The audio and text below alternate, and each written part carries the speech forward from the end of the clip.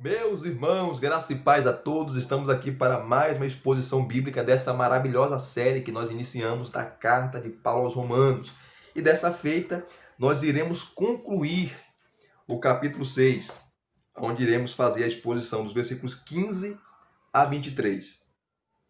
E antes de nós iniciarmos a exposição, vamos só recapitular aquilo que nós já expomos aqui para vocês.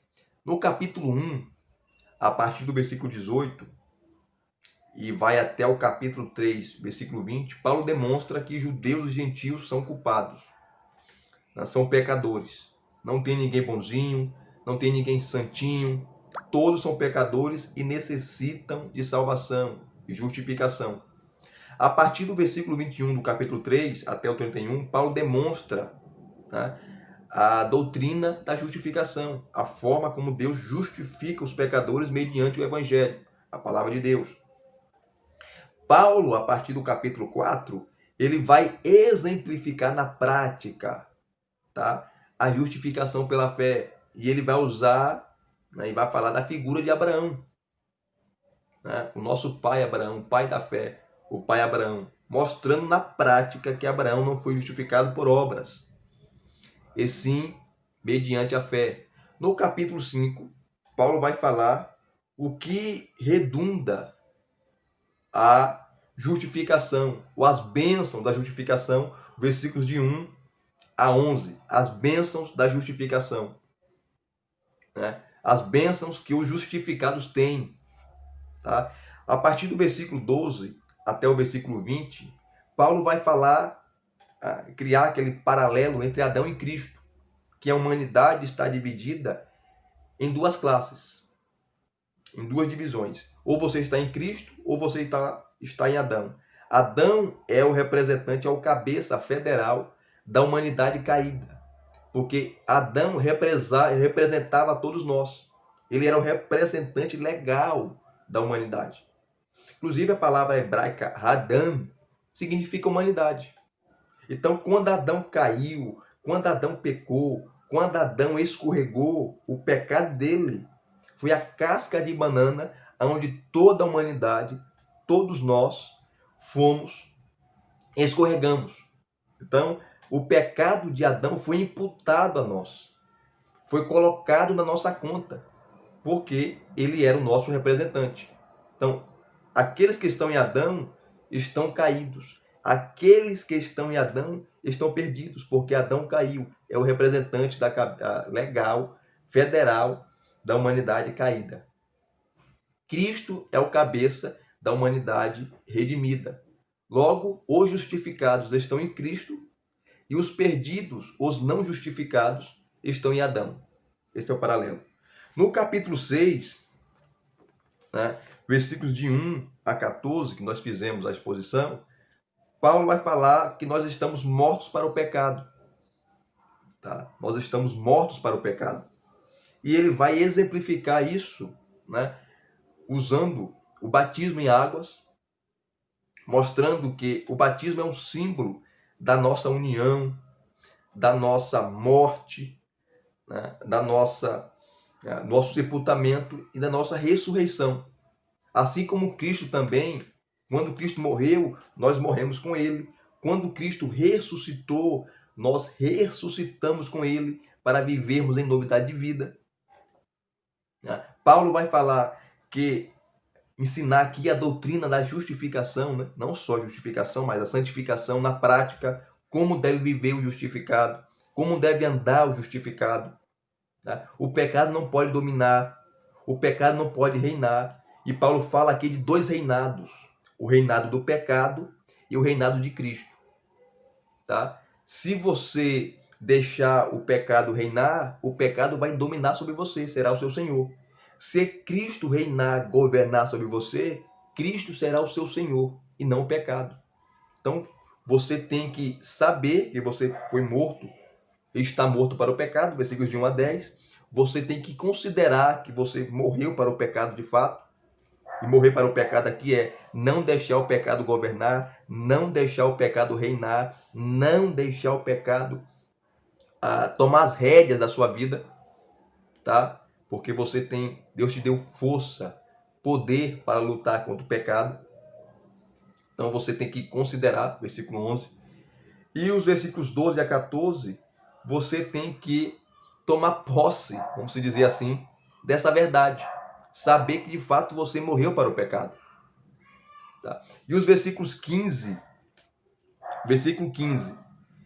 a 23, Paulo vai continuar no mesmo raciocínio, mas ele vai abordar, vai falar, tá? De duas escravidões. Né? Ou você é escravo de Cristo, ou você é escravo do pecado. Ou você serve a Cristo, ou você serve ao pecado. Tá? Você é escravo de Cristo ou é escravo do pecado? Né? Aí ele vai falar e vai explicar aqui. E no versículo 15, e já começando a exposição, né? Paulo vai retomar praticamente a mesma pergunta do versículo 1. Por quê? Os oponentes de Paulo, os inimigos de Paulo, que era contra a sua doutrina da justificação pela fé, eles tiravam barato com Paulo. Por quê? Aonde abundou o pecado, superabundou a graça, eles pensavam assim: peraí, então quanto mais pecado, mais graça. Quanto mais eu errar, quanto mais eu estiver no pecado, no erro, praticar os males, né, praticar o pecado, mais graça Deus vai ter de mim. Mais graça e mais compaixão, misericórdia, bondade Deus vai ter de mim. E Paulo corrige isso quando ele fala no versículo 1, já prevendo essas objeções. Que diremos então? Continuaremos no pecado para que a graça aumente ainda mais? Ele responde: de modo nenhum, de maneira nenhuma. E no versículo 15 ele retoma a mesma pergunta. Porque no versículo 14 ele fala assim: porque o pecado não terá domínio sobre vocês, pois vocês não estão debaixo da lei, não vivem mais sob o regime da lei, porque a lei apontava para Cristo, a lei apontava o pecado, mas não resolvia, tá? Vocês não estão debaixo da lei, sim da graça. Aí Paulo, já prevendo as objeções, tá? Ele já se antecipa, ele adianta. Olha só o versículo 15. E então, havemos de pecar, porque não estamos debaixo da lei, e sim da graça? Já que eu não vivo mais sob o regime da lei, sobre a égide da lei, eu posso pecar à vontade, eu posso viver da maneira que eu quiser, porque estou na graça mesmo. Né? A graça não não te dá o poder para você viver na prática do pecado, mas a graça, ela te libertou do pecado. Então, como você vai viver no pecado, mergulhado no pecado, tá? Dominado pelo pecado, se você já morreu para ele? Essa é a lógica. Não tem sentido. Aí Paulo vai responder: né? De modo nenhum, de maneira nenhuma. Tira isso da sua cabeça. E a partir do versículo 16, tá? Ele vai ensinar o princípio, né, de autorrendição.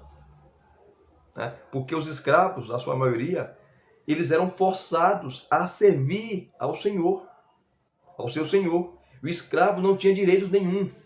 Tá? Ele era uma propriedade exclusiva do Senhor. Né? Alguns deles trabalhavam pela sobrevivência, pela comida, pela bebida. Tá? Mas tinha poucos escravos que serviam ao seu Senhor porque gostavam de servir. É o princípio da autorrendição. Eles serviam ao Senhor porque eram bem tratados, gostavam do seu Senhor.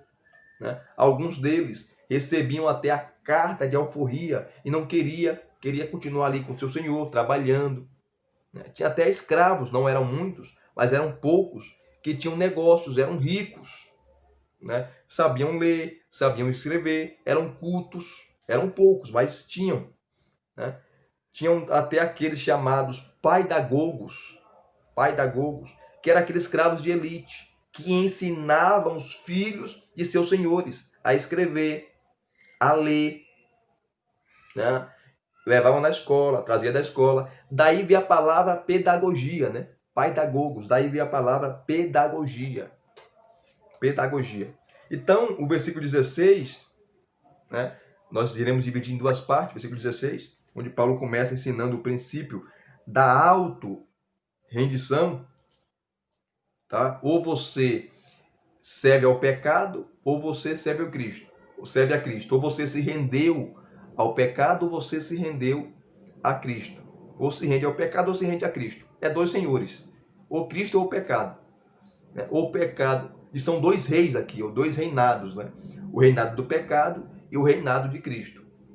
Você precisa decidir, né? Aquilo que você alimentar mais terá domínio sobre você. Se você alimentar a carne vai reinar. Se você alimenta o espírito vai governar. Olha só o versículo 16, parte A. Paulo fala assim: será que vocês não sabem que quando vocês oferecem a alguém para lhe obedecer como escravos, como servos, né, tornam-se escravos daquele a quem obedecem? Né? Esse conceito de Paulo aqui, ó, né, pode surpreender-nos, porque nossa tendência é pensar nos escravos romanos como quem foi capturado na guerra ou então exposto no mercado de escravos, e não como alguém que se ofereceu para servir. Alguém que se oferece, não alguém que foi arrastado, que foi forçado a servir. É o princípio da autorrendição, alguém que se ofereceu para servir, não que foi forçado a servir. No entanto, havia uma modalidade de escravidão que era voluntária. Pessoas em extrema pobreza podiam oferecer-se como escravos a alguém simplesmente em troca de casa e comida. Interessante, né? O que Paulo quer dizer é que aqueles que assim se ofereciam eram invariavelmente aceitos. Eles não podiam esperar que ao se entregarem a um senhor de escravos, poderiam ao mesmo tempo conservar sua liberdade. Ele perdia a liberdade, né? O escravo perdia a liberdade. Ele agora era uma propriedade do seu senhor, exclusiva, porque eles se ofereceram para servir. O mesmo acontece em se tratando de escravidão espiritual, né? De serviço ou servidão espiritual. A autorrendição conduz inevitavelmente à escravidão. A autorrendição conduz inevitavelmente à escravidão, seja como escravos do pecado, que leva à morte, ou da obediência, que leva à justiça, que é a parte B do versículo 16. Então, você se entrega para servir ao seu Senhor. Ou o seu Senhor será o pecado, né? E você será escravo do pecado, dominado pelo pecado, e o pecado terá domínio sobre você, vai ditar as regras sobre você, e dita mesmo, coloca canga no seu pescoço e você não consegue sair. Ou você é escravo de Cristo, ou você vai servir a Cristo, e Cristo vai tomar rédea, né, da sua vida. Por isso que eu falei dos dois reinados, que Paulo fala aqui. Ou você deixa o pecado, se você deixar o pecado reinar, né, a natureza pecaminosa, né, o velho Adão dominar, vai dominar mesmo. Ou você deixa Cristo governar. É o princípio da autorrendição. Da autorrendição. Então, a ideia da escravidão ao pecado é prontamente compreensível. Assim como o fato de que ela leva à morte, à separação de Deus, tanto aqui como no além. A ideia da morte, né, é a ideia de separação. Separação dessa vida, separação eterna de Deus. E Paulo está usando o contexto de morte aqui.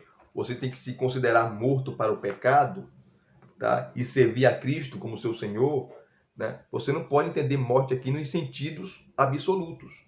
Senão você vai criar uma heresia para afirmar, conforme afirmou Pelágio e outros, que você vai viver uma vida sem pecado. Vai viver uma vida sem pecar. Isso é mentira. Quando Paulo fala aqui morte, um conceito de morte aqui é no sentido simbólico, metafórico, né? Que a morte aqui significa o não reinado do pecado. Que o pecado não terá domínio, que o pecado não terá espaço para governar sua vida. É isso que Paulo está dizendo. Então, né? Será que vocês não sabem que ao se oferecerem como escravos para a obediência, vocês são servos daquele a quem obedece? Seja do pecado, você será servo do pecado, escravo do pecado, que será o seu senhor, que leva à morte, ou da obediência que conduz à justiça, o Cristo ou o pecado. Os versículos 17 a 18, né, Paulo vai fazer a aplicação dessa verdade, no versículo 16, né, que a conversão ela implica uma troca de escravidão. Né? O que é isso, Elias? Antes você era escravo do pecado. O pecado reinava, o pecado governava. O pecado era o seu senhor. O pecado que ditava as regras na sua vida. Quando você se converte, quando você é regenerado, justificado, troca-se a escravidão. Você não é mais escravo do pecado, porque você morreu para ele, e você se torna agora escravo ou servo de Cristo. Você vai estar sob um novo reinado, o reinado de Cristo, o reinado do Senhor. É Ele que vai governar. Então essa é a aplicação. Então só muda a escravidão. Você sai da escravidão do pecado, você morre para o pecado, e Cristo agora é o seu novo Senhor. Interessante, né? Olha só os versículos 17 e 18. Olha a exclamação de Paulo, a proclamação de Paulo. Mas graças a Deus que, tendo sido escravo do pecado, vocês vieram a obedecer de coração a forma de doutrina a que foram entregues. E uma vez libertados do pecado, foram feitos servos da justiça. Olha só que maravilha. Olha só que maravilha. Né? Paulo está louvando a Deus porque eles foram salvos, regenerados, né? Pela graça, pela misericórdia, pela bondade de Deus, pela bondade de Deus. Mas graças a Deus que, tendo sido escravos do pecado, vocês tinham o Senhor, o pecado era o Senhor de vocês. Né? Versículo 17, a parte A. Tá? Era o pecado que governava. Vocês viviam sob a escravidão do pecado, era o pecado que era o Senhor de vocês. Vocês vieram a obedecer de coração a forma de doutrina que ensino, a que foram entregues, que é a doutrina da justificação, né? Da salvação, da forma como Deus regenerou, justificou vocês, né? Nós. Então, trocou-se a escravidão. Você sai da escravidão do pecado, você morre para o pecado não reina, não governa mais sobre vocês, e vocês trocam de Senhor. O Senhor agora é Cristo, é Deus. Né? Versículo 18. E uma vez libertados do pecado, foram feitos servos ou escravos da justiça. Né? Escravos da justiça, ou de Cristo. Vocês estão agora sob um novo reinado, sob um novo governo, que é o governo de Cristo, não do pecado, porque vocês foram regenerados, justificados, né? E vocês estão em processo de santificação, a santificação progressiva, porque não é estática, ela acontece todos os dias. Todos os dias nós estamos, né, nos santificando, nós estamos aqui no mundo nesse processo, né, de santificação, porque nós sabemos que Cristo está conosco, que Cristo nos dá força para vencer o pecado, para vencer as coisas, né, ou os problemas da vida que nos aparecem aí no decorrer da nossa caminhada cristã. Então essa é a aplicação. A conversão implica uma troca de escravidão. Você não é mais escravo do pecado, o Senhor pecado, que reinava sobre a sua vida, sobre você, é derrotado, você morre para ele está morto, sua natureza, o velho Adão, e você agora assume, tá? Ou se rende, né? Você agora é voluntário, uma auto-rendição voluntária a Cristo, e Cristo começa a governar a sua vida. Que interessante, né? Que interessante. Eu poderia prosseguir mais aqui, mas vou parar por aqui, senão o vídeo vai ficar muito longo. mas vocês já entenderam aquilo que Paulo ensinou aqui, né? Então, Paulo, primeiro, ele é o princípio, né? Versículo 16, a autorrendição conduz à escravidão, né? Depois, Paulo vai para a aplicação, a conversão implica uma troca de escravidão, versículo 17 e 18, que acabei de expor. Depois, terceiro, Paulo vai para a analogia, né? Os dois tipos de escravidão são progressivos. São progressivos. Olha só o versículo 19. Né? Fala em termos humanos, por causa das limitações de vocês. Né? Então, Paulo está falando uma linguagem que eles entendam. Né? Assim como oferecemos os seus membros, assim como ofereceram os seus membros para que fossem escravos da impureza e da maldade, que leva à maldade, assim ofereçam agora os seus membros para que sejam servos da justiça para a santificação. Então, Paulo, ele havia falado a mesma coisa, né? Dos versículos de 1, ou os versículos 3 a 14, né? Ele volta ao mesmo tema agora, que os crentes têm que oferecer os seus corpos, seus membros, não para o pecado, mas para Cristo, para o reino de Deus, né? Então, está aqui a analogia dos dois tipos de escravidão que são progressivos, né? Ou você está oferecendo os seus membros, né? O seu corpo para a impureza, para viver mergulhado no pecado, viver uma vida devassa, depravada, imoral, tá? E isso constantemente, tá? Ou você oferece, né, os seus membros para que sejam servos da justiça, né, para a santificação, porque quem se santifica não pode viver na prática do pecado.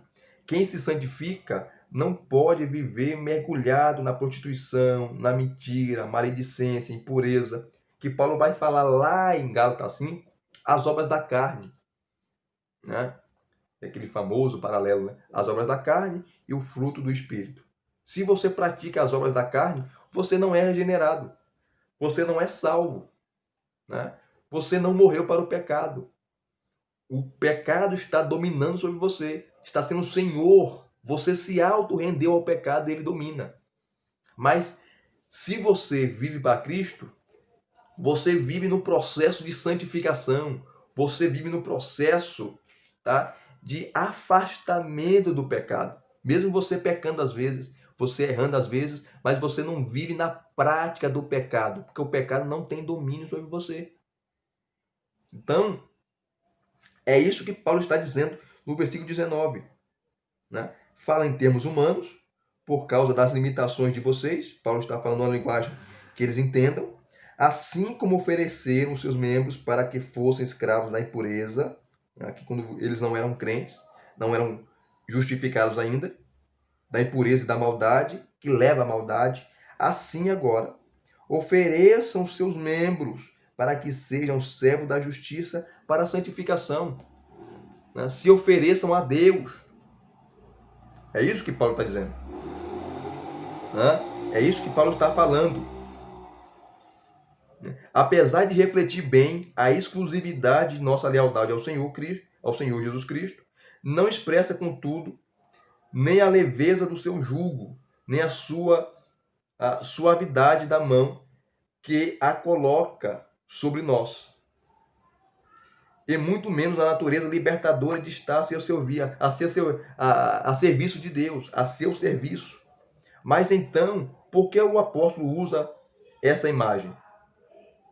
Ele tem suas razões, por causa da fraqueza da vossa carne, e por causa das suas limitações humanas. A fraqueza ou limitação natural deles deve ser uma alusão à sua natureza caída, que se manifesta, quer em suas mentes, deixando-os insensíveis, ou em fraqueza de caráter, tornando-os vulneráveis à tentação e fazendo-os esquecer que se comprometeram com a obediência. Olha só que interessante. Que maravilha, né? A despeito de sua explicação apologética, Paulo continua comparando e contrastando os dois tipos de escravidão. A escravidão do pecado, né? E a escravidão, ou a servidão a Cristo. Desta vez, porém, ele faz uma analogia entre os dois, né? Na forma como se desenvolvem a escravidão do pecado e a escravidão de Cristo. Nenhuma das duas é estática. Ambas são dinâmicas. Uma leva decididamente à degeneração e a outra vai melhorando a passos firmes. Assim como vocês ofereceram os membros dos seus corpos em escravidão à impureza e à maldade que leva à maldade, né?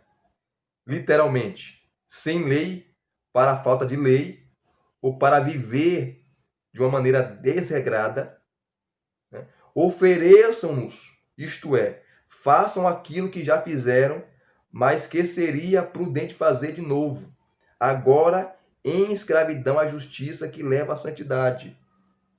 Que é a parte B do versículo 19. Que é a palavra grega hagiasmos, o processo de santificação, isto é, ao ser transformado até assumir a semelhança de Cristo. Assim, apesar da antítese entre os dois tipos de escravidão, traça-se também uma analogia entre o vergonhoso processo de degeneração moral e o glorioso processo de transformação moral. É uma coisa progressiva que está em andamento, né? Ou você vive na impureza do pecado, tá? Ou você não só na impureza no pecado, né? Você está oferecendo o seu corpo, seus membros para o pecado de uma maneira contínua e progressiva, ou você oferece, tá, o seu corpo não para o pecado, não para a impureza, não para a prostituição, mas para servir a Cristo, o reino de Deus, como servos da justiça. Tá? Quarto ponto aqui, né? Paulo agora vai para o paradoxo. Escravidão é liberdade e liberdade é escravidão. Versículos 20 e 22. Eu continuo explicando. Porque quando vocês eram escravos do pecado, estavam livres em relação à justiça. Naquele tempo, que frutos vocês escolheram? Paulo está perguntando, que frutos? Quando vocês viviam para o pecado, quando vocês viviam na impureza, quando vocês viviam na injustiça, quando vocês viviam pecando, que frutos vocês escolheram? Aí Paulo vai responder, somente as coisas de que agora vocês se envergonham. Quais são as coisas que eles estavam se envergonhando? Da vida que vivia, da prostituição, impureza, mergulhado no pecado, né? Que hoje, eles olhando para a vida passada, falam, meu Deus do céu, eu fazia isso, eu praticava isso, meu Jesus do céu, como eu fazia isso? Por que eu fazia isso? Porque o pecado estava dominando, o pecado era o Senhor, eles e nós também estávamos sob o domínio, sobre a égide, era o pecado que controlava, e nós não víamos erro algum. Depois da nossa salvação, da nossa justificação, que você olha para a sua vida passada, para o velho Adão, e você olha que absurdo, e você vê que absurdo, ou absurdos que você fazia ou praticava. Né? Meu Deus do céu, eu fazia isso. Meu Jesus do céu, eu era um prostituto, eu era uma prostituta, eu era um beberrão, eu era um mentiroso. Né? Era uma pessoa totalmente mau caráter, falsa, e hoje eu tenho vergonha daquilo que eu fui. Né? Porque eu não estou mais sob o domínio do pecado. Eu não sirvo ao pecado, não sou escravo do pecado. Não é o pecado que é meu Senhor. O meu Senhor agora é Cristo. É essa a lógica. É essa a lógica que Paulo está ensinando aqui. Vou repetir o versículo. Versículo 20. Porque quando vocês eram escravos do pecado, estavam livres em relação à justiça, porque não praticava a justiça, praticava a injustiça. Naquele tempo, versículo 21, naquele tempo, que frutos vocês escolheram? Paulo responde, somente as coisas de que vocês agora se envergonham, porque o fim delas é morte. Né? Há tanto a morte física como a morte espiritual. Mas aqui estão implícitas, né? Assim, no contexto, a morte espiritual. Você está morto. E o morto não fala, não responde, não vê. Né? É preciso Cristo vir e oferecer e jogar a boia da graça, a boia da salvação, a corda da misericórdia para tirar o pecador, né, desse mar ou desse lamaçal do pecado. Que texto fantástico, queridos. Versículo 22. Agora, agora, porém, libertos do pecado, transformados em servos de Deus, olha só que maravilha, o fruto que vocês colhem é para a santificação. Não é os frutos para a morte, para a condenação. É os frutos para a santificação. E o fim, neste caso, é a vida eterna. Meu Deus do céu. Né? A vida que vocês viviam sobre o domínio do pecado, tá? O pecado reinando, governando, que agora vocês olham para o passado e têm vergonha dele, das coisas que vocês praticavam, e essas coisas que vocês praticavam iriam redundar na morte de vocês, né?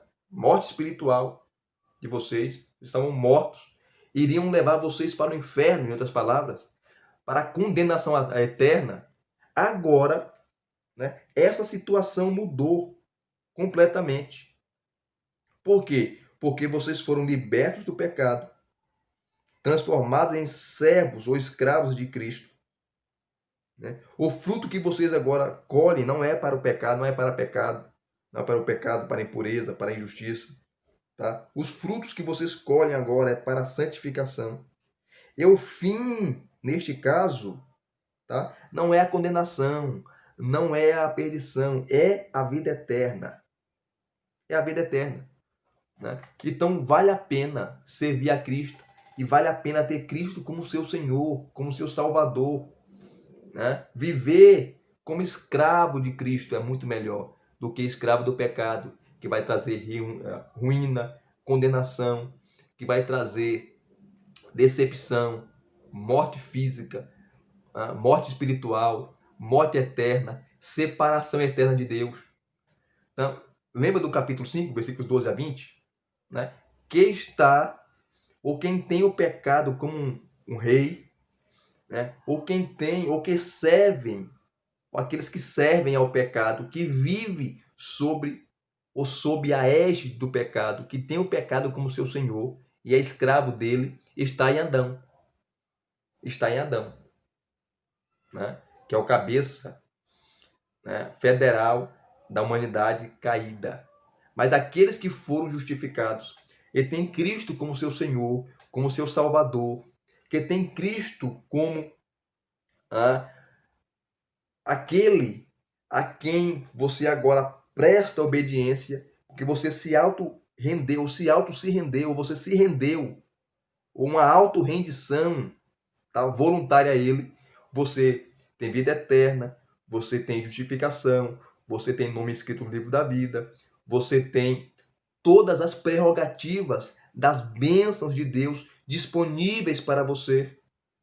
Você não é mais filho da ira, você não está mais condenado, né? Você é filho da salvação. É isso que Paulo está dizendo, esse paradoxo, né? Esse paradoxo. Escravidão é liberdade e liberdade é escravidão. Né? Servir a Cristo, ser escravo de Cristo, não é viver acorrentado, amarrado, triste, obrigado, mas é viver em liberdade de vida, em novidade de vida. Graças a Deus. Né? Graças a Deus. Então, quem vive agora, né, em novidade de vida, os frutos que colhem é o fruto para a vida eterna. é o fruto para a vida eterna. E concluindo aqui o assunto, né? Paulo vai falar no versículo 23. A antítese suprema, né? Versículo 23. Porque o salário do pecado é a morte, mas o dom gratuito de Deus é a vida eterna em Cristo Jesus, nosso Senhor. Né? Neste versículo final do capítulo, Paulo continua a sua dura antítese entre o pecado e Deus, os quais ele caracterizou no decorrer de todo o capítulo como os dois senhores a quem inevitavelmente todos os seres humanos terão de sujeitar-se. Ou você está sujeito ao pecado ou a Cristo. Não tem para onde correr. Ou você está em Cristo ou você está em Adão. Seguindo aqui o raciocínio. Ou são escravos de um ou escravos do outro. Aqueles que estão em Adão servem ao pecado, aqueles que servem a Adão servem ao pecado, enquanto os que estão em Cristo servem a Deus. Ele adverte mais uma vez que essas duas modalidades de escravidão são diametralmente opostas entre si quanto o destino final para onde conduz cada uma delas, ou a morte ou a vida eterna. Quem está em Adão está caminhando para a morte. Quem está em Cristo está caminhando para a vida eterna, ou já tem a vida eterna, já participa da vida eterna. O que vemos de novo aqui é o terceiro contraste, que tem a ver com termos de serviço nos quais opera cada um dos senhores de escravos. Pois o salário do pecado é o quê? É a morte. O salário do pecado é a morte. Mas o dom gratuito de Deus é a vida eterna em Cristo Jesus, nosso Senhor. Assim o pecado paga um salário, onde você recebe aquilo que você merece. Mas Deus dá um dom gratuito. Né? Você também recebe aquilo que você merece. Então você recebe a quantia, o salário do pecado, né? Se você está vivendo em Adão, se você está vivendo sob o domínio do pecado, tá? É esse salário que você vai receber, o pagamento, aquilo que você mereceu. Mas se você tem Cristo como seu Senhor, tem Cristo como seu Salvador, você agora se rende a Cristo e serve a Ele por livre, espontânea vontade, o salário que você recebeu, ou o salário que você recebe, é o dom gratuito de Deus, é a vida eterna, é a salvação, é todas as bênçãos que estão disponíveis para mim e para você. Amém? E se vocês gostaram de mais uma exposição bíblica, nós concluímos aqui o capítulo 6, iremos iniciar o capítulo 7. Deixe aqui nos seus comentários, deixe o seu joinha, tá? O seu like, que é de suma importância. Se inscreva no canal se você não é inscrito, tá? E depois de se inscrever, acione o sininho para receberem todas as notificações. Graça e paz. Muito obrigado mais uma vez. Até as próximas exposições.